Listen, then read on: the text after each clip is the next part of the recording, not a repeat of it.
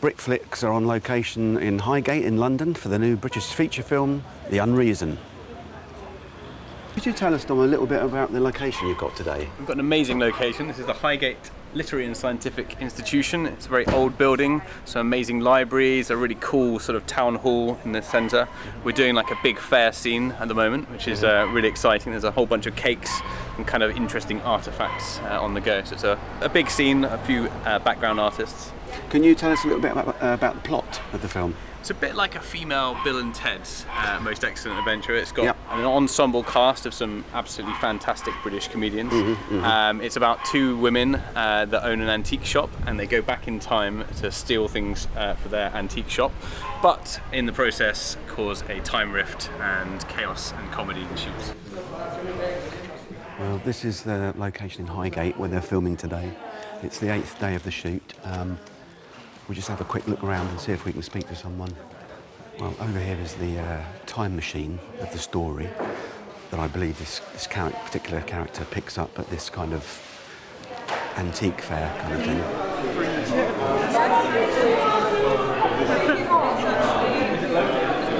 There's various sort of knickknacks around here. Some of the crew here, all getting ready to begin to shoot today. Well, the plot is quite simple. It's a mock doc about two best friends who run a vintage shop in Muswell Hill, and they discover a time machine, and then they basically just start stealing things from the past to sell in their vintage shop. And they're kind of they don't really know anything about science. They've sort of just found a time machine. They're not trying to rob banks or change history. They're just trying to find like a nice lamp. Well, what this is kind of a whole improv scene. So this is being shot, and we're actually probably on camera at the same time. We're in the shot because apparently we look like the press. There's a lovely cake stall here with tea. Would I be able to have a cake? So, One of these? Oh, that'd be brilliant. Thanks very much. Plate, no, just like this. I need you to eat that. You deserve it.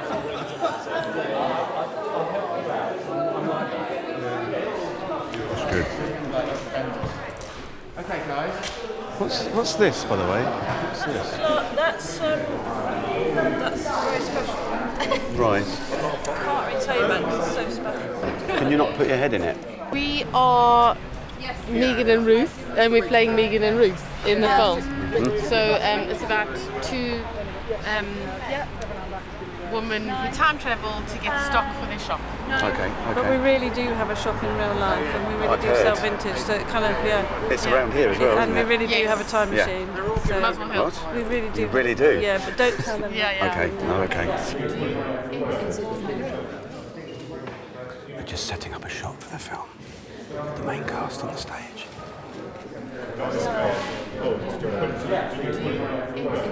Let's do a scene with the time machine on the stage here, and some of the principal cast are up there, which you've got shots of anyway, haven't you? Pass around. We've invented this time machine. Yeah. Via our show. Yeah. So we experiment on it. Yeah. Unfortunately, instead of going to another point in time, we end up in this other dimension called the unreason. Looks really good the way I'm doing it, like I know what I'm chatting about. It's fantastic, isn't convinced. it? Thank you very much. It's cool acting there, babies. Anyway, so where we're in the unreason, time acts differently. So it was almost like we're there for ages. But when we come back, we spring back. When we escape, we spring back, right back at our live show. Oh, okay. So when we come back now, cameras are on or everything else, it was like, the monsters! It was terrible! And that was the end of the show. Oscar. Thank you. Thank you very much indeed. Thank you very much, ladies and gentlemen. I'd like to thank my mother and father for having me. Why didn't you ask first? I'm sorry. What are you doing, mate? What I want to know is that a tea urn or is that an invention? Well, I think they're demonstrating some of the inventions that have been made at this kind of science fair. Like there's a thing that changes the shape of your head to fit your hat. It could catch on.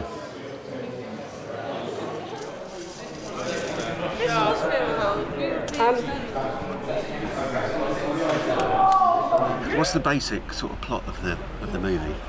That the girls find a time machine that Self and Rave developed, use it in the shop, and they create a hole in the shop, a dimensional hole, and one of them gets trapped there. And we have to modify it, and she has to go in and rescue her. Okay. Again. What attracted you to the film? The script, the cast, chance to work with a new director, and fundamentally, community service. Okay. Do you? I was allowed to serve me 40 hours on this, which was great. So. I never know when you're telling the truth. It was a huge sums of money. He kept chucking another £5 at me, and I just got to the point I couldn't say no. Do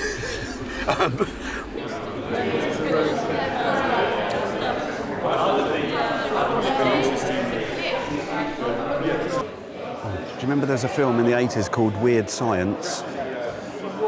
That sign's probably a nod to that movie. What's the suit all about? It's an invisibility garment. It's not a cloak. It's actually a garment. But what attracted you to the project? How did you get involved in the film? The producers and the director Chris reached out to my agent and sent me the short film that they had made. And they said, please watch this before you read the script. And I did. I watched it, and I then immediately said, yes, say yes, I'll read the script tonight, but just say yes. Wow. Oh, just because it was so funny, and I was angry that I had not filmed it myself. I was angry and jealous that I had not come up with an idea, and I also just wanted to be friends with Ruth and Megan. Right.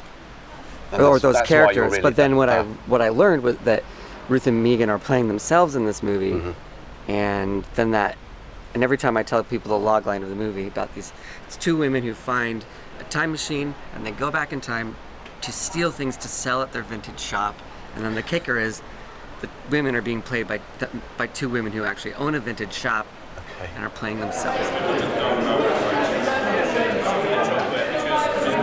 11 times.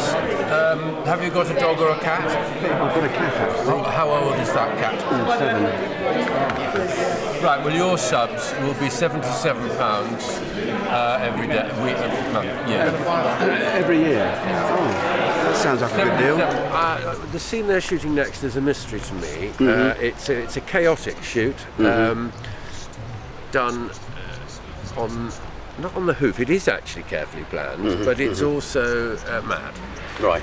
Which is a heady mix, but it's been really invigorating actually, because the director is pushing me to be a bit less sort of shouty Royal Shakespeare Company and almost veering towards a real person. So he's challenging me. Okay. It's called acting, you know. Is there much room for improvisation, or are you set on lines? There's quite a lot of improvisation, encouraged. Yes. Sometimes discouraged. Right. He's quite strict, Chris, the director. There is, but it is. I mean, in improvisation, it is a dodgy thing, you know, because you think one minute so what you're doing is very clever or funny, and clearly isn't, and you slink off for a moment and lick your wounds and then come back and try again. But thank goodness for the editor. Chris wrote a brilliant script, I thought. It's really hard to do. I think people underestimate how hard it is to do a comedy film. Comedy by its nature is short, jokes are short. It's actually quite hard to find an arc with a comedy film that stays funny and stays a film, and I think he's nailed it. Anyway, so that was that, and it's really funny and held my interest. The story's great too, so it's great. And room for improv as well? Definitely, yeah. In a good way. I think you should have a strong script, and then if you've got that, then you can improv on top of it, and then I think he'll find in the edit you might want to go back to his original script more, but I think that the improv loosens up the performance of the written script as well. It's how I like to work. Like the best stuff I've ever done has been that way. After your story. Thank you. You sell anything? No. I did. I could borrow the invisibility helmet, I could go back and get more cake and no one would know. £14,000. Just, that's not bad, it's cheaper than the boots anyway. Those boots are £14,000. They were 28,000 when I came round last Or each. Per boot. I thought it was buy one, get one free. They're £14,000 each. 14,000, could you do it with just one? What if you only had one leg though? Then, well, I don't know, you could lend the other one to someone else. If you've got two friends, two people. I haven't got two friends. Have you got one leg? Yes. Right. That's a start, I suppose. All right, then I'll do you the deal. Oh, all right, thank you. £14,000. I'll come. There's a cash point over the road. I'll see if I can get the money out. Cash only, please. Right. Eat this cake. And, Yeah, go on. Sorry. then I might pack up. Yeah, I don't blame you. Okay, I've got to get some money out to get the deal. Yeah, it's a headquarters for a certain group, Mm-hmm. and I think the group is there's a group of nerds in the film basically. Right. They're an inventors club, and they've all they're the Muswell Hill Inventors Club, and, and they've been inventing these little gadgets for ages, and no one takes them very seriously. And this is a bit of a spoiler about where they end up at the end, Okay, but it's a reasonably happy ending for them. Yeah. I'm going to ask you some questions, and that will be sort of the answer. Okay.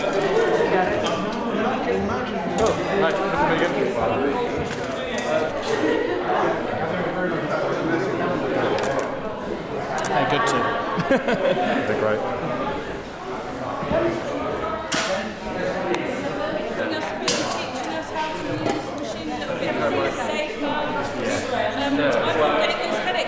He's got almost step outside. We've got a short amount of time to get all this out. So if he's got to leave, thank you very much.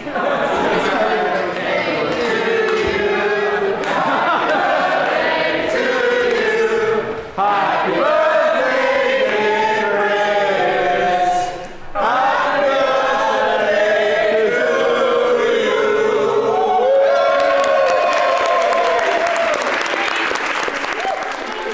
It's been really fun working with everyone this week. Still got 2 days to go.